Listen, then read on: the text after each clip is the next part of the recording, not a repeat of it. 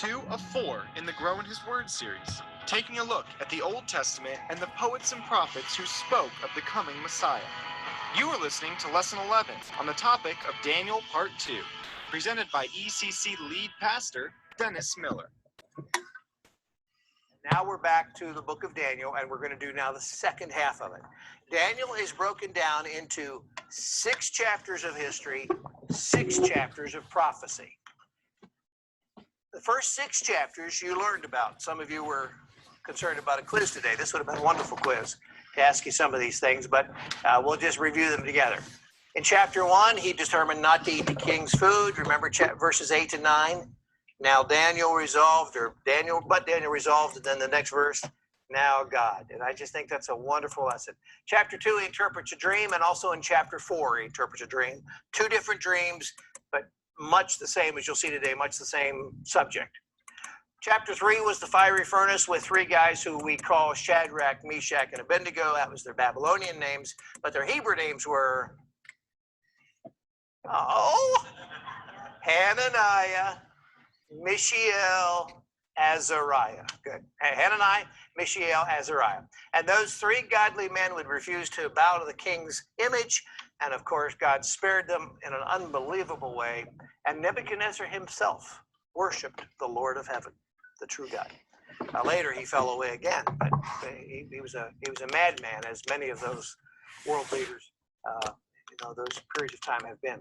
Interpreting another dream in chapter 4. In chapter 5, we have the story of the, I put a comma there, hand writing on the wall, right?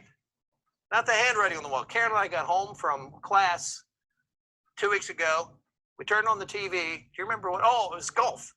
We turned on the TV, and the announcer says, well, he saw the handwriting on the wall. I said, isn't that funny? We just said that. And he missaid it. It's not a handwriting on the wall. It's a hand writing on the wall, right? And it's God himself, his hand. And he writes on the wall, Mene, Mene, Tekel Parson, you've been weighed in the balances and you're found wanting. Which leads us then to the last story after Babylon is overrun at the end of chapter 5, and Persia comes into power. The Persian king throws Daniel in the lion's den, and you know that story. You've known it since you were a child. And Daniel at that point is his, I'm going to guess, his mid-80s, an older man. Now, those are the 6 historical stories. And that brings us to Daniel chapter 7 to 12, which are prophetical. Now, in one class, we can't talk about all 7 of them in any detail. We're going to talk about one of them in detail and another one in some detail. But much of it we're going to have to skip over. So let me just give you some overview of these prophecies, and you have this in your notes. First of all, Daniel 7 to 12 is some of the most detailed prophecy in Scripture. Part of what we're not going to read is chapters 10 and 11, where actual names and times are given that won't happen for hundreds of years. Now, when you put names in the verse, I mean, it better happen. Because you can't explain that away. And it's incredible, the detail. In fact, as we learned today, the 77, so detailed. Secondly, it's the prophecy of the time before Christ and the prophecies of the last days. So Daniel says, from my life until the Messiah comes, here's what will happen. And then he jumps. Of course, I don't think he knew this, but to this point, 2,000 years. And he says, and then the end of time is like this. Now, I believe Daniel thought they were all together, but God had separated them, and I'll explain to you that in just a moment. Thirdly, it's the prophecy of 4 world empires, the last of which is the empire of the world's last king, who we often talk about being the Antichrist, the one who will come at the very end of time during what we call the last 7 years, the time of trial and tribulation. Now, Daniel speaks about 4 empires specifically. Babylon, who we're going to see the names of the animals. You had there in your, I gave you a chart for today, so you don't have to take a lot of notes. Babylon is what animal? The lion. Then there's Medo-Persia, which later, Medo-Persia Persia was bigger than Medo. So Medo-Persia soon became Persia. Okay? Properly, it was two kingdoms that combined. Later, Persia ate the other one. So it's Medo-Persia, or when I say it, I'll refer to Persia. And Medo-Persia is the bear, crushing power. Then there's Greece. Greece is the story of Alexander the Great, and he is the leopard, the first king to ever put his whole army on horses. I mean, you used to be able to say, look at the army coming out there. We've got only a couple days to get ready. And now you go, look at the army coming. Whoops, too late. And they were like leopard. Today we wouldn't use the word leopard. We use the word cheetah because you think of speed. But in those days, leopard what was known as the speed cat. And so he's called a leopard. And lastly is Rome. And Rome is the great beast, the beast that doesn't even have an animal to identify with, because there's no animal that's this diabolical, this evil, this powerful. And so Daniel tells us about 4 world empires. Now, the reason I put them over here is because I want to show them to you in a different way. When you get to the book of Revelation, John gives you the same 4 world empires, but he adds 3. Let me explain. This calls for a mind with wisdom. Anytime John's going to tell you something you're going to have to think about, he says, hey guys, think about it. Put your thinking caps on. The 7 heads are 7 hills on which the woman sits. Now, there's different cities with 7 hills, even today, even here in America. But in those days, the city of 7 hills was Rome. They are also 7 kings. So the 7 that we're talking about here, the 7 empires are 7 hills, Rome, but they're also 7 kings. 5 have fallen. 1 is. The other has not yet come, but when he does come, he must remain for a smidgen. The word there means just a brief moment. The beast who once was and now is not is an 8th king. He belongs to the 7 and is going to his destruction. Clear? Yeah, right, clear as mud. It's one of those things you really have to stop and break apart piece by piece. They are 7 kings, 5 have fallen. Now, I'm going to take you back to what we've learned. Babylon, Medo-Persia, Greece, Rome, right? Now, what John does is he takes you back. Daniel starts with where he was living. He was living in the time of Babylon. John takes you back and does entire Mediterranean world history. So the first empire to ever rule the world, Mediterranean Empire. Not talking about the Chinese and the Far East, just the Mediterranean empires. By the way, what does Mediterranean mean? Yeah, exactly. The Roman Empire was so big that they named it, in the middle of our terrain is this lake. I mean, so this is a very important area. And so the whole world, the whole Bible takes place around this thing. So John says there have been these empires. There was Egypt was the first great empire. Then, and there the history would tell you that, by the way, you learned this in civics class or whatever when you were in 9th grade, maybe the day you weren't paying attention, or maybe you know these, and every person, we should know these, Christian or not, these are important. 7 empires that affected the West. Egypt conquered by Assyria, Sennacherib, the guy who, by the way, also wiped out the northern kingdom. When Egypt was in power, Israel was their slave. When Assyria was in power, they conquered Israel. When Babylon was in power, they came and got Israel and took them to Babylon. When Medo-Persia was in power, they said, we don't want you people, go on home. And that's the story of Nehemiah and Esther. When Greece is in power, we have the story of a man by the name of Alexander the Great, but more importantly with Christian or Israel history, was that when Alexander dies, he breaks the whole territory into 4 parts, and that's where we have the story of what becomes Hanukkah, which we'll learn about in a few weeks.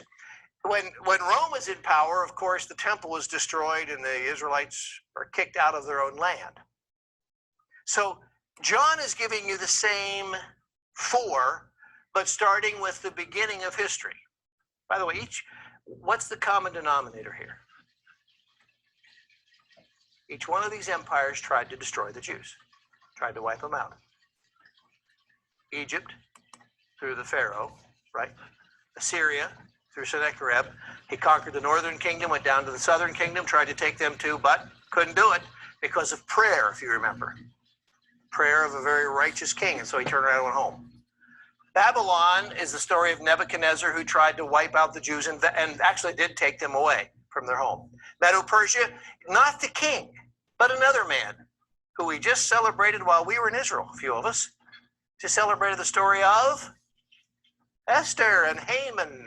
And Haman wanted to wipe out all the Jews. And then Greece, of course, the story of Antiochus Epiphanes, we'll talk about in a few weeks.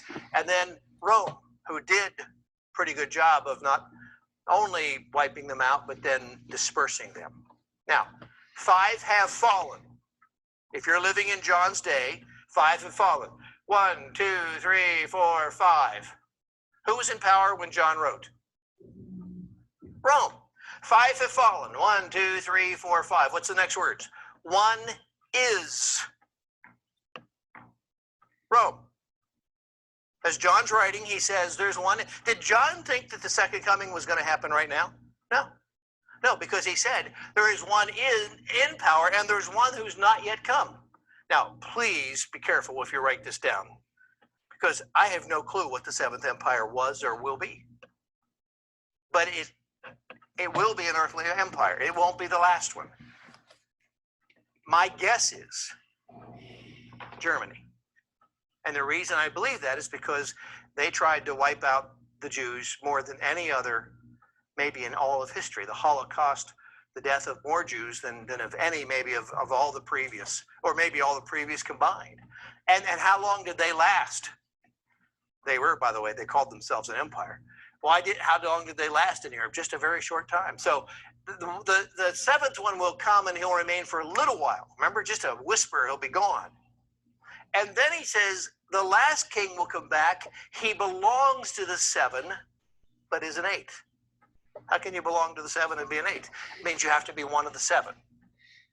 But you make a comeback. And of course, we believe that to be Rome combined with Babylon. And when you read the book of the Revelation, you read about Rome, right? City on the 7 hills, and you read about Babel. And somehow it's a combination. Now, I believe it's the Roman Empire. I believe it's Europe and the Roman Empire. But it will be attached to Babylon somehow. So these are the 7. One of them makes a comeback and becomes the 8th. And he is the last ruler of the last kingdom. Would Russia be maybe more than Germany, considering the numbers of Jews who died and Stalin plus? Were they ever an empire? Were they ever an empire? Some people say it's Great Britain, because the British Empire was an empire. The problem was they didn't necessarily try to destroy the Jews that I'm aware of.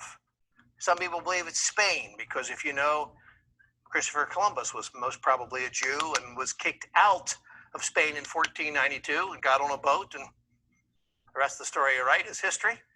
But the Jews were removed from Spain in 1492. So some people believe it. I don't know what it is. I put Germany with a question mark. I'll tell you one reason why. Germany carried all the Roman Empire with it. And so Germany was the revival of the Roman Empire in many ways. For instance, what was the German leader called? What was his title? Kaiser. And what was the Roman Empire's leader's? Caesar. Same word, it was just pronounced differently in Germany. So a lot of things they kept intact.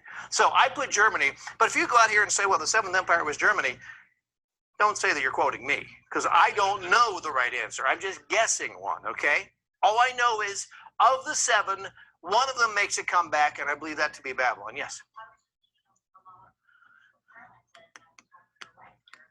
You're not supposed to be talking when I'm teaching. So go ahead. About what was happening in Ukraine with the Jews there Yep. now. Exactly. This could be the beginning of the 7th Empire. Maybe we haven't seen it yet. Maybe that's why it's not as easy to identify. I don't know. But there is 7. is or will be, and of the 7, 1 will come back and be the 8th. Now let me just go back and read this to you. This calls for mind with wisdom. The 7 heads are 7 hills in which the woman sits. They also have 7 kings. 5 have fallen. Now you know what that means. 1 is Rome. The other is not yet come, but when he does come, he must remain for a moment. Maybe one that we suggested, maybe a future one. The beast who once was and now is not is an 8th king. And he belongs to the 7 and is going to destruction. So there they are again, one more time for you. One of them makes a comeback and will be the last of the kings. Number 4, Daniel is the basis for much of our other Bible prophecy. As I told you last week, I believe if you have a good grasp of Daniel, you can turn to the book of the Revelation and it makes so much more sense. But if you just start reading the Revelation, I think you're in trouble. You need the backdrop of Daniel. And by the way, a few other things, Zechariah and a few others as well. Number 5, it gives us much information about the person that we call the Antichrist. Keep in mind, the Bible never calls him the Antichrist. That's the church's title for him. He's called the man of lawlessness. He's called a lot of other things. And the Bible refers to the Antichrists who will come, those who are Antichrist. But the word the Antichrist is a church's name for him. And so the Bible says, and we're going to read this in just a moment, after the 62 sevens, the anointed one will be cut off and will have nothing. The people of the ruler who will come will destroy the city and the sanctuary. Some people believe that happened in 70 AD. And some people believe that's yet to happen in the future. I'll explain that in a moment. Number 6, it gives us the plan of the 77s. Don't have my marker board set up here. The word for 7 in Hebrew is Sheva. The word for weeks is Shavua. And so in the King James, they're translating it, and they write 70, well, it can't mean 77s. So it must be 70 weeks, Shavua. And so that's how they translated it. And by the way, for hundreds of years, people studied it as the 70 weeks of Daniel. The problem is people didn't understand what 70 weeks were. There's 70 sets of 7-year weeks, week in quote, okay? There's 70 sets of 7 years. So in other words, it'd be total of what, 490 years? Am I right? I'm not good at math. 7 times 70, 490. So the word Shavua, the word weeks, if you hear that, the 70 weeks of Daniel, that's a mistranslation. It's literally written the 77s. It is essential for the understanding of the book of the Revelation. I already mentioned this. I just think it's a decoder ring for the book of the Revelation. I'll just say this briefly and we'll come back to it. There are 77s. Now Daniel breaks them down. There is 7 sevens, there are 62 sevens, and there is 1 7. That's how they're going to happen in 3 parts. 7 sevens, 62 sevens, and 1 7. Well, we can find in history easily the 7, and we can find the 62. Where's the last 7? All of us know the book of the Revelation is the story of what? The last 7 years, right? So it's the rest of the story from the book of Daniel. It's connected. I gave you today a chart that has these things filled in so you wouldn't feel like you had to write quick. So you can fold that, put it in your notes, or copy it, whatever you prefer. But Daniel had several dreams. If I were him, I'd have been afraid to go to bed at night with some of the things he dreamed about, or else I had to interpret. But here is in Daniel 2 the story of a king who builds this mighty, picture the Oscar. That's, when people win the Oscars, that gold man. Well, the king built a gold man that was huge. And Daniel was asked to interpret this thing. He, of course, had a dream. The king had a dream. And he explained, well, the head of gold is Babylon. The breast and arms of silver are Medo-Persia.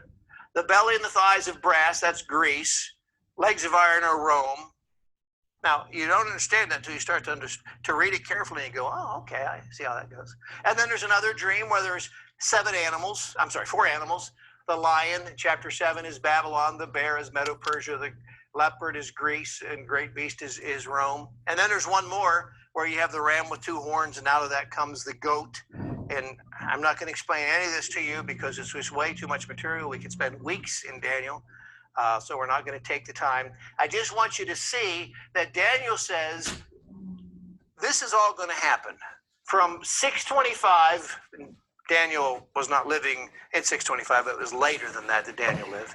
But from the period of Babylon all the way down to Rome, this is what's going to happen, says Daniel. Now then Daniel says there'll be a final beast, terrifying beast, worse than all the others. He will be the final kingdom. Now I think Daniel thought it would go Babylon, Medo-Persia, Greece, Rome, final Rome. I don't think Daniel had any clue that there's going to be a break in the action. But Jesus told us there would be a break in the action. Now, I don't want to confuse you because we're talking now about dispensationalism, the study of the ages and the periods that God has ordained. I don't want to mess you up too much. Some people believe, and I'm just going to throw some stuff at you and you can do what you want with it. Some people believe that God had ordained that people had the right, the Jews had the right to choose his son as their savior. And that had Israel chosen Christ and believed in him and followed him, accepted him as the Christ, then the last 7 years would have happened immediately and the world would have ended. Any evidence for that? Well, you have that passage in Matthew 13 where the disciples say, so was John the Baptist the Elijah who was to come? And Jesus said these funny words, in fact, 3 different verb forms in a sentence. If you are willing to believe it, then he is the Elijah who was to come. Future, present, past. If you are willing to believe it, then he is the Elijah who was to come. And I think if I'd have been listening to Jesus, I'd have gone, what? And I think that's what they said. But now when you look back, you go, oh, they had the right. God was not saying you can't, I'm not going to let you believe it. God was opening the door for them to believe.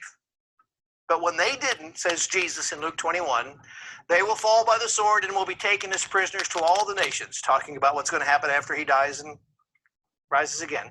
Jerusalem will be trampled on by the Gentiles until, and here's the funny word, until the times of the Gentiles are fulfilled. Not the time, which is what you and I would say, not the time of the Gentile, the times of the Gentile.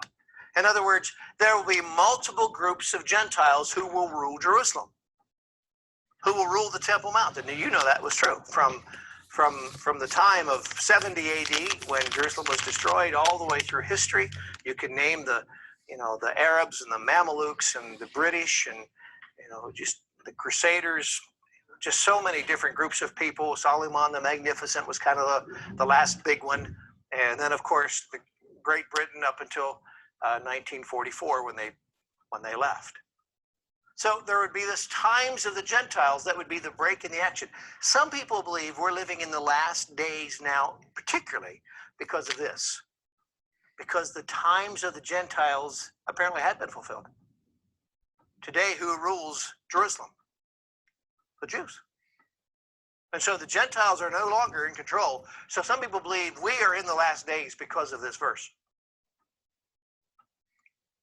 Whatever. All I know is after this comes one more set of 7 years.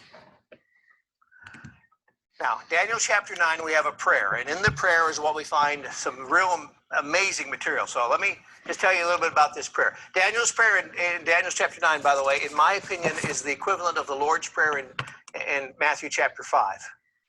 It's just a powerful prayer. You want to learn how to pray? Just a powerful prayer. In the first year of Darius, the son of Xerxes, a Mede by descent, who was made ruler over the Babylonian kingdom, in the first year of his reign, I, Daniel, understood from the scriptures, according to the word of the Lord given to Jeremiah the prophet, that the desolation of Jerusalem would last for 70 years. So I turned to the Lord God, and I pleaded with him in prayer and petition, in fasting and in sackcloth and ashes. Now, I'm going to jump. I'm not going to read the rest of his prayer. I'm going to jump to kind of the end of the prayer. While I was speaking and praying, in other words, at the end of my devotions, Daniel saying, confessing my sin and the sin of my people Israel, and making my request to the Lord for my God for his holy hill. What's the holy hill? I'm sure we all know. Jerusalem, the holy hill. I'm making my request for Jerusalem. While I was still in prayer, Gabriel, the man I had seen in the earlier vision, came to me in swift flight about the time of the evening sacrifice. He instructed me and said, Daniel, I have now come to give you insight and understanding. As soon as you began to pray, an answer was given, which I have come to tell you, for you are highly esteemed. Therefore, consider the message and understand the vision. I want you to see there that the word understanding is used 2 or 3 times. So Daniel was being told by Gabriel, don't just hear this and go, who can understand that? Hear this and understand it. Twice he says, understand this. And another time he says, this is for your insight and your understanding. So I think as Christians, we don't just read this and go, oh man, who could? This is to understand. So 77s are decreed for your people and your holy city, to finish transgression, to put an end to sin, to atone for wickedness, to bring an end to to bring in everlasting righteousness, to seal up vision and prophecy, and to anoint the most holy. Know and understand, there's that word again, from the issuing of the decree to restore and rebuild Jerusalem until the anointed one, the word anointed one in the Hebrew. And by the way, this was not written in Hebrew. Most of this was written in Aramaic, which would have been the language of the Babylonians. So if you would give me a Hebrew Bible right now, I could read Daniel in Hebrew, because it's in Hebrew, in a Hebrew Bible. But it's originally written in Aramaic. Now, I can't read it in its original language, okay? So, until the Messiah, that's the word Mashiach, until the Messiah comes, there will be 7 sevens and 62 sevens. It will be rebuilt with streets and a trench, but in times of trouble. After the 62 sevens, so we've had 7, now we've got 62, the anointed one, Mashiach, Messiah, will be cut off and will have nothing.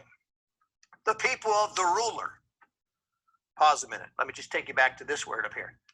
Until the anointed one, the ruler, comes. There's 2 rulers. There's the ruler who's the anointed one, and then there's another ruler who we have come to know as the Antichrist. Whether that's the right term for him or not, I don't know. But it says, the people of the ruler who will come will destroy the city and the sanctuary. The end will come like a flood. War will continue until the end, and desolations have been decreed. He will confirm a covenant with many for 1 7. In the middle of the 7, he will put an end to sacrifice and offering. And on a wing, and then the brackets mean, translators believe that must mean the wing of the temple. On the wing of the temple, he will set up an abomination that causes desolation until the end that is decreed is poured out on him. Now, that's basically the chapter. There's more there, but that's the heart of the chapter. So let me just kind of unpack it a little bit for you. Daniel learned from the scriptures that the period of captivity would last for 70 years. The first year of Darius, the son of Xerxes, this is the guy, by the way, who throws him in the lion's den, who was made ruler over the Babylonian kingdom. The first year of his reign, I, Daniel, understood from the scriptures, according to the word of the Lord given to Jeremiah, that the desolation of Jerusalem would last 70 years. I said this to you last time, but just a quick reminder. The ink was hardly dry on Jeremiah's scroll. Jeremiah was a contemporary of Daniel and of Ezekiel.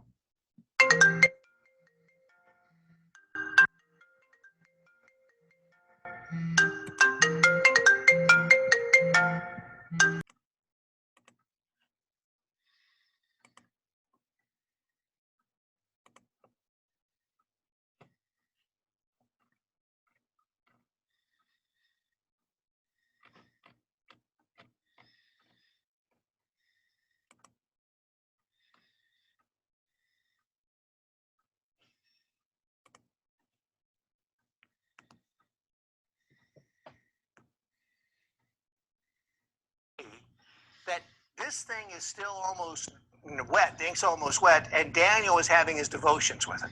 These people knew they were writing scriptures. In fact, he says, understood from the scriptures, according to the word of the Lord given to Jeremiah. So they knew exactly what they were writing and reading. He says, I'm reading scriptures. And he says, hey, it's going to last 70 years. And I told you a couple weeks ago, I'm picking a time. I don't know his age, but we'll say he's 84 years old. He realizes he was 14 when he was brought into captivity. He subtracts 14 from 84 and he gets 70, and he goes, wow, God's said through Jeremiah it would be 70 years. It's 70 years. This is it.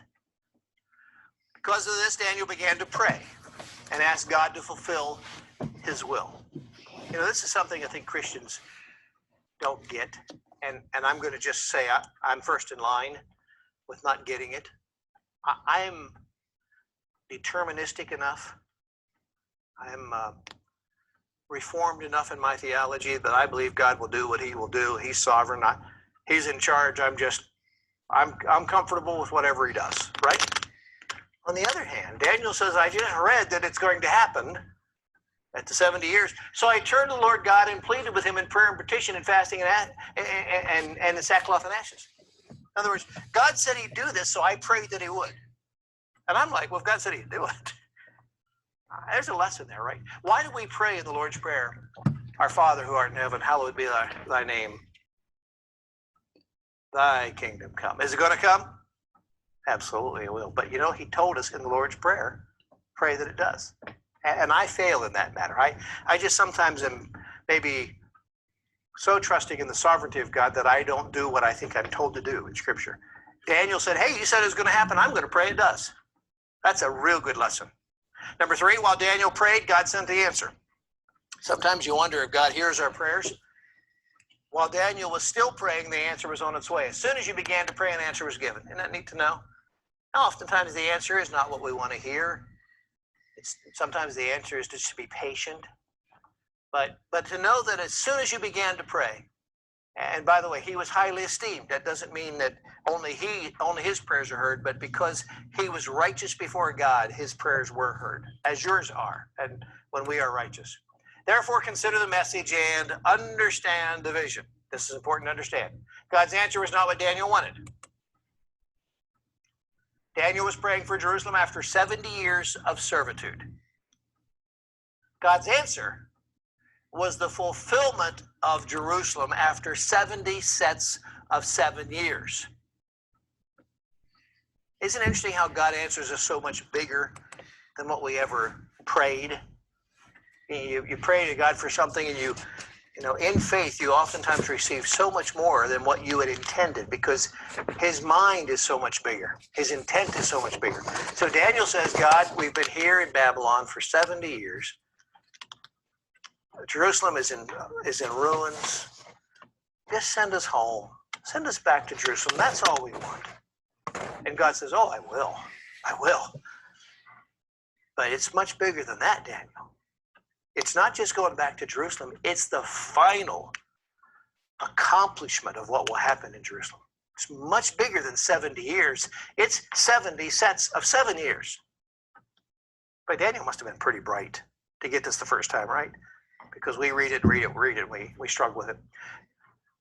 70 things are decreed for your 77s are decreed for your people in your holy city to finish transgression, to put an end to sin, to atone for wickedness, to bring an end to bring in everlasting righteousness, to seal up vision and prophecy, and to anoint the most holy. Now, these are the 6 things that need to be accomplished during the 77s. When these 77s are complete, these things will have happened. Some people believe that these things were completed at the death and resurrection of Christ. Finished transgression. Well, in some ways, because now when I sin, my sin is already covered by the blood. So in a sense, but not finished transgression in the sense that we still sin, right? Put an end to sin, to atone for wickedness, that happened through Christ, to bring about everlasting righteousness, to seal up vision and prophecy. In other words, you'll come to the point that you will no longer have to sit down and read the Bible. There'll be nothing in the future that you don't know about. Nothing coming next. Is that true now? No, we're all waiting for whatever is coming next. And to anoint the Most High. Now, Christ, in a sense, was anointed, and yet he will finally one day be anointed as the King of Kings and Lord of Lords. Now, these 6 things have to happen by the end of the 77s. So let me read to you about these 77s. Know and understand this, from the issuing of the decree to restore and rebuild Jerusalem until the anointed one, the ruler, comes, there'll be 7 sevens and 62 sevens. It'll be rebuilt with streets and a trench, but in times of trouble. At the decree to restore and rebuild Jerusalem is the starting gun. When Cyrus says, and of course Daniel didn't know this exactly, but we can now look back on it. When Cyrus says, you people going home, reestablish Jerusalem. And we learned about this when we did the stages and we were in the period of servitude and how they come home through Ezra and through Zerubbabel and Ezra and Nehemiah. We learned about this, and it happened at a decree by Cyrus on May 14th, 445 BC.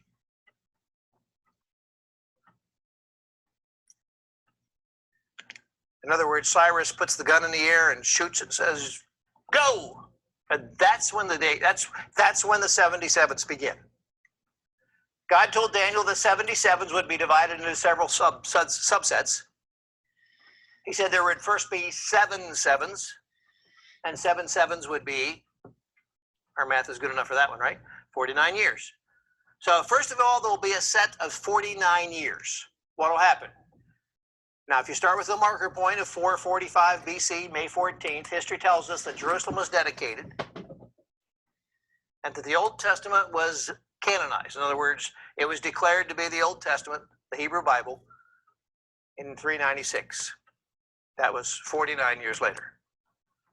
So God says, what you're praying for, Daniel, is a city. I'm going to back up here just a minute. It will be rebuilt with streets and a trench, but in times of trouble. Daniel, I'm going to give you back Jerusalem as you want. You're going to have a street. A trench means sewer system. You won't have to, any city that had the sewer inside the city is not much of a city, right? Many did in those days. But if you had a city that had a trench, and some of you who were just in Israel with me, we were in Beit Shan. We saw a city that right down the middle had a trench, and the constant water running and flushing out the sewage. That's a city. And God says it's going to happen. In 49 years, you're going to be back in your town in Jerusalem. You're going to have water and streets, but there's going to be trouble. I mean, you won't be your own nation yet. It goes on. At this time, the anointed one, at the 62 sevens, that's 49, that's the 7 sevens. Now at the 62 sevens, the anointed one will come. So we go back to May 14th, 445 BC, which is the starting gun. We take 69 sevens. Why 69? Because 7 already, right? Now 62 more. That gives us 69 times 7. That's 483 years. And you divide that out and you've got 173,880 days. You math people, you do the math and make sure that's all accurate. Now you start with May 14th, 445 BC, and adding those 173,880 days, you arrive at April 6th, 32 AD, which is a Sunday, and most people believe was Palm Sunday. And here's what it says. From the issuing of the decree to restore and rebuild Jerusalem until the anointed one, the ruler, comes, there will be 7 sevens and 62 sevens. We just multiplied that out, right? It will be rebuilt with the streets and a trench, but in times of trouble. After the 62 sevens, the anointed one will be cut off. Up here it says he will appear, and then he will be cut off. So he will appear, as we know, on Palm Sunday, and he'll be cut off. The word cut off here is the Hebrew word karat. And karat means to be executed. It's a Hebrew way of saying to be executed. So cut off means, literally speaking, it's cut off your head. That's how the word's usually used. But it's a way of saying execution. So the Messiah will be raised up and cut off. By the way, it all happened depending on if Jesus died on a Wednesday or a Friday, and we'll talk about that next year in more detail. It happened in 3 or 5 days. I mean, he's anointed as the Messiah on Sunday, and by Friday he's dead. He'll be raised up, cut off. Maybe to the day. 7 sevens, 62 sevens. And again, you can go home and look at your computer and figure out all this out, but it's to the day. This actually is the prophetical 360 days, and then you have to divide it by literal days.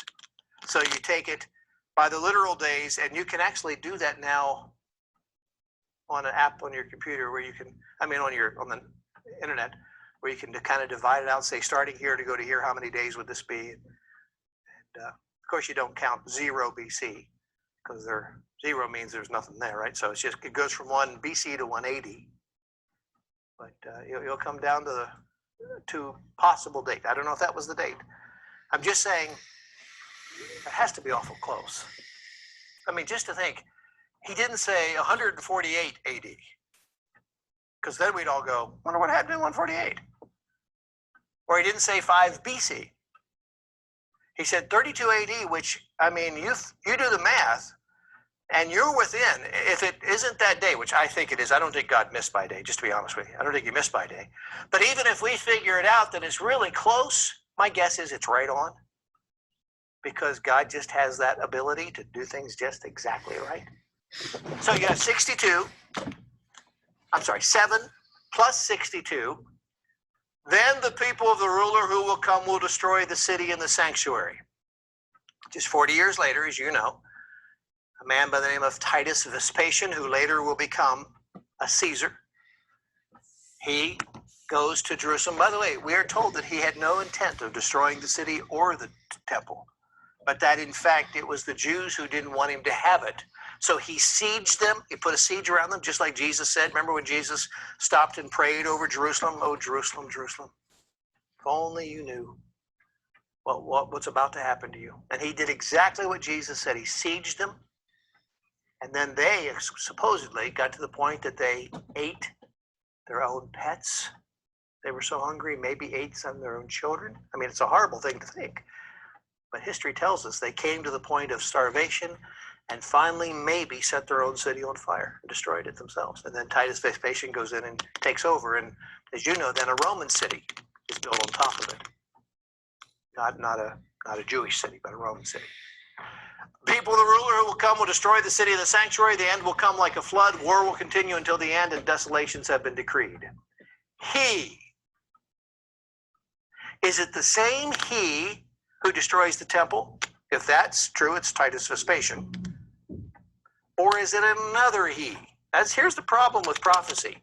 You can jump like one space on the typewriter, right? And you've just jumped 2,000 years. It's like, I wish God would just put little footnotes. Now, this is 2,000 years later. We don't have a clue. But it appears that the first verse 26 happened, but verse 27 hasn't. He will confirm a covenant with a covenant with many for 1 7. In the middle of that 7, he will put an end to sacrifice and offering, and on a wing of the temple he will set up an abomination that causes desolation until the end that is decreed is poured out on him. Now, why do we have to think this is a different he than in verse 26? Because this he destroys the sanctuary, right, the temple, and this he sets up his own image in it. So this is a different he. And he will have a 7-year period where he will make a covenant. Most of you know that as we study the book of the Revelation, we believe that there is a 7-year agreement or covenant that will be made. And that 7-year covenant is with the Jews for peace. The Antichrist will confirm a covenant. In the middle of that 7, he will break the covenant. He will cause great desolation, and he will be destroyed. Now, that's what I just read to you, but I'm breaking it down. In 2003, wrong date. In 1993, President Bill Clinton, with Yasser Arafat and Ehud Barak, right, shook hands, made a covenant of peace. And I don't know if you ever followed this in those days, but if you figured it out, from the day they shook hands and signed it, exactly 7 years to the day, according to the number of days, right? Exactly 7 years to the day would be January 1st, 2000. And a lot of people go, oh, this is it. Obviously 7 years. I mean, 7 years from 1993. It falls on the exact day. That's a coincidence, right? I mean, that has to be real. And that's why it's part of the millennial issue. Back, if you remember the year when we turned over the clock from 1999 to 2000, people were saving water and food and all that kind of thing. Part of it was among the Christians who said, "This is the 7 years, and it's about to end." Now, it wasn't. It was one of the many treaties that have come before it, and there may be more, but at some point, there will be someone who will say, "I have an idea for peace." And he will step up, and he will sign a covenant. He will have the agreement of a very important religious leader. Now, I don't say this to create any conflict, because it's just one of the theories. One of the theories is the Pope of the Roman Catholic Church. And the reason is because he oversees, billions of people? I mean, so many people that follow the Roman Catholic way. And so some people believe it's him. Other people believe, no, it's the Muslim faith. I don't know who it'll be, but there'll be an Antichrist, this ruler who will come. He's a political leader. He will have a sidekick, and I shouldn't say it that way because it's more important than that, but he will have a religious right-hand man who will give him authority. People who say, "I don't know about this," this religious leader will say, "It'll work." And people are going to buy it. And in a sense, it'll be an unholy trinity, because their leader will be Satan himself. So you have Satan, the Antichrist, his, quote, son, the opposite of Christ, and then the false prophet, who is the opposite of the Holy Spirit. So you have this false trinity, and a covenant will be made, and in the middle of the covenant, he will break the covenant, and he will take his own image. He told the Jews to get out. And he'll take his own image, and he'll set it on a wing. Now, that little bracket I showed you of the temple, we don't know if that's of the temple or not. All we know, it's on a wing. So somewhere, we believe in Jerusalem, he will set up his image and tell people, you must worship this image. And of course, that's what the Bible says, the book of Revelation says, is the last 3.5 years, what we call it the trial and tribulation period. The book of Revelation tells you that there are 7 seals, right? Remember the 7 seals? You break open the scroll, and the first seal lasts 3.5 years. And the first seal is false peace. Then the second seal is opened at the 3.5 year mark, and the rest of the seals go bang, bang, bang, bang, bang, until the 3.5 years are over and the end of time. Mm-hmm.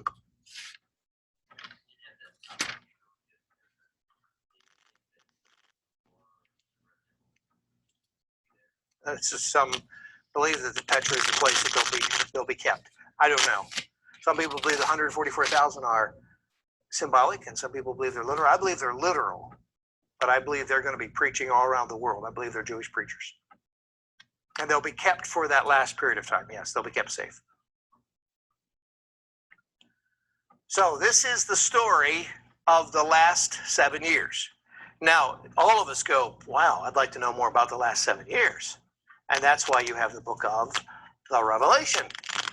And there you can begin to uncover what's going to happen in that last 7 year period, which much of it is written, as you know, symbolically, but also there's a lot of good detail there. So that's why much of what we learn in Daniel takes us right to the book of the Revelation. Now, I'm going to be done right now with the 77s because we have to finish in the next 10 minutes. Before I go on, you have any questions? I know you have a lot of them, but I mean, is any questions I could answer? The 77s are broken down into 3 sets. They are 7, then 1. The 7, the 62 have happened. Break in the action according to God, according to Jesus. Luke 21, the times of the Gentiles will take place.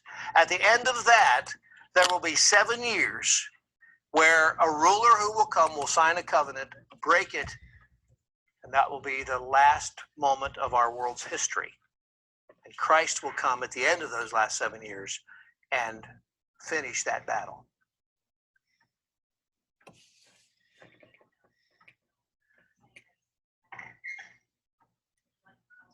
Yes, the woman is the woman of Revelation 17, the woman of Babylon who's on the false beast.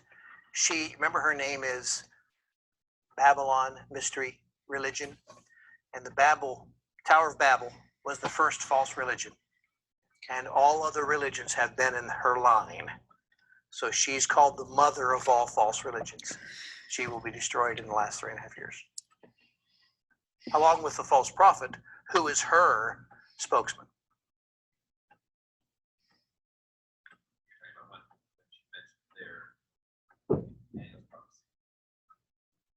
Where she's related to all the empires, right? I mean, that's what Okay. he's saying. She's the woman of the hill, the 7 hills. It's also the 7 kings, and she's the one sitting on them. That's in Revelation now. Oh, She's not mentioned in Daniel. Daniel only mentions the 4. That's in Revelation 17. Yes. Revelation 17.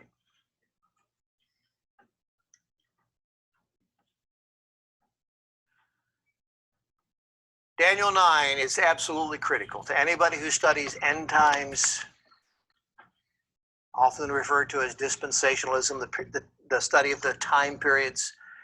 Daniel 9 should be known by all Christians, at least that you understand that there are 77s and they're broken down into 3 sets. How you interpret them. By the way, there are some who believe that the last 7 actually happened from 63 AD until 70 AD with the destruction of the temple. And there are those today who would hold to that the Antichrist and the false prophet already came. They were here from 63 to 70. All of this has been fulfilled and done. There's a good book written by Karen. The Bible Answer Man on radio. Anybody? Hank Hanegraaff. Thank you. Who actually gives you all of this understanding of how this could have happened in history already. Of course, most believers, and most believers throughout history, have believed that this is yet to happen in the future. And we do believe that the second coming, without a doubt, that the return of Christ is still future. Even those who would hold to the 7 last year, the 7-year period, the last 7 happening back in 70 AD, would still hold to the return of Christ in the future. Okay, Daniel's chapter 10 and 11 tell you the story of the kings of the north and the south. They tell you an amazing story of detail, and you're going to learn about this. This says week 28. That's not. In week 13, 2 weeks from today, we're going to study about these 4 guys who were successors to Alexander the Great and how they created havoc in Israel. We'll talk about the king of the north ruled just north of Israel, up in the area of Syria. The king of the south ruled in Egypt. And when you attack, where do you always attack? In the middle. And Israel was always, you know where I grew up? Gettysburg. We're known for the middle, right? Gettysburg had no problems with the north and south issues. It's where they met. And Israel was where they met. And so this whole study is an amazing study of what happened to Israel, written hundreds of years before it happened, in detailed prophecy. That brings us to chapter 12. By the way, here are the 4 kings, and we'll talk about Seleucus and Ptolemy. Maybe you've heard about pharaohs who were from the Ptolemite period. I don't know if that rings a bell to you. Anyway, we'll come back and talk to them about them in a couple weeks. Daniel 12 brings us to the end of this. At that time, Michael. Now, it's the only place in the Bible that we have another angel's name. We know Gabriel. Now we know Michael. At that time, Michael, the great prince who protects your people, will arise. I believe this is referred to, by the way, in 1st and 2nd Thessalonians. I'm not going to get into it, but I believe this is very detailed prophecy of the future. There will be a time of distress such as not happened from the beginning of nations until then. But at that time, your people, everyone whose name is found written in the book, will be delivered. That means those who are believers. Jewish people who are believers. If your name is written in the book, you'll be delivered. Multitudes who sleep in the dust of the earth will awake, some to everlasting life, others to shame and everlasting contempt. You know, there are people who believe that heaven and hell are a New Testament concept. Everlasting life, Everlasting contempt. No doubt. That's what the people of the Old Testament believe. They believed in afterlife, both good and bad. Multitudes who sleep in the dust of the earth will awake. Just talked about that, right? The last 8 weeks. Some to everlasting life, others to shame and everlasting contempt. Those who are wise will shine like the brightness of the heavens. That's fascinating, the whole concept, connecting that with 1 Corinthians 15. We're not going to go there. And those who lead many to righteousness like the stars forever and ever. But you, Daniel, close up and seal the words of the scroll until the time of the end. By the way, I just pause here. You, Daniel, close up and seal the words of the scroll until the time of the end. You open the book of the Revelation. Chapter 1 is an introduction. Chapters 2 and 3 are stories. It's all about the 7 churches. Chapter 5, you start reading and you see in the hand of God a scroll that's sealed and closed up. And it makes you think, it's this. I mean, not literally speaking, but God is saying, this is when Daniel's scroll will be unrolled, and one will really understand. Many will go here and there to increase knowledge. In other words, lots of stuff's going to happen between now and then, Daniel. And then I, Daniel, looked, and there before me stood 2 others, one on this bank of the river and one on the opposite bank. One of them said to the man clothed in linen, who was above the waters, that would be Christ pre-incarnate, how long will it be before these astonishing things are fulfilled? Don't we all want to know? Just tell me when the rapture is going to happen. The man clothed in linen who was above the waters of the river lifted his right and left hand toward heaven and heard him swear. And I heard him swear by him who lives forever, saying, it will be for a time, times, and half a time. Now, you just add those up. A time is 1, times is 2, and half a time, you got 3.5, right? Every time in Scripture you read about the last 7 years, they're broken into 2 parts of 3.5 and 3.5. Never any exception to that. Time, times, and half a time. When the power of the holy people has finally been broken, all these things will be completed. I heard, but I did not understand. Remember how in chapter 9 he kept saying, understand this, Daniel? Now he says, I heard, but I did not understand. So I asked my Lord, what will the outcome of all this be? He replied, go your way, Daniel. Isn't that interesting? He's been telling him, understand this. Now he says, you won't understand this. Just go your way, Daniel, because the words are closed up and sealed until the time of the end. Nobody's going to understand this.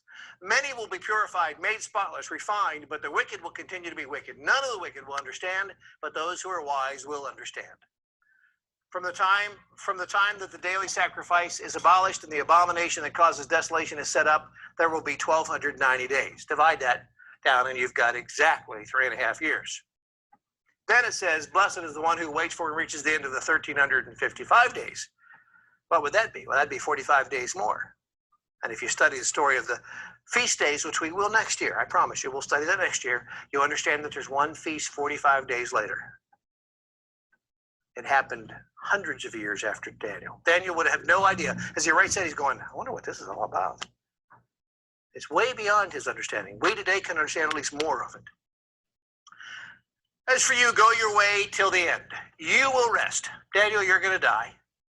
And at the end of the days, you will rise to receive your allotted inheritance. Isn't that interesting? Daniel, it's not going to happen now or soon. It's way off in the future. You'll die, you'll return to dust, but someday you'll be awakened. Now, the word awakened here does not mean he'll be sleeping the entire time. Awakened means that his body will be awakened. At least that's how I understand it. What does that tell us in chapter 12?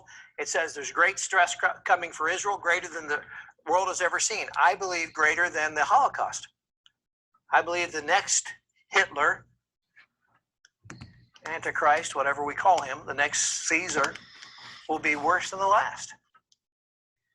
Heaven and hell is taught clearly in the passage. Daniel was to close and seal the book. In other words, there's parts of it we are not to know and read. Time, half a time, as I told you, 3.5. And then it's just like he says, go your way, Daniel. Just trust me. I got it all figured out. I got it all under control. Just trust me. So that's the book of Daniel. The last 7 chapters are incredible, and each one of them would take at least a full class period by themselves. But what we've done is tried to just give you the highlight of what I believe is the key one, chapter 9, and a little bit of chapter 12.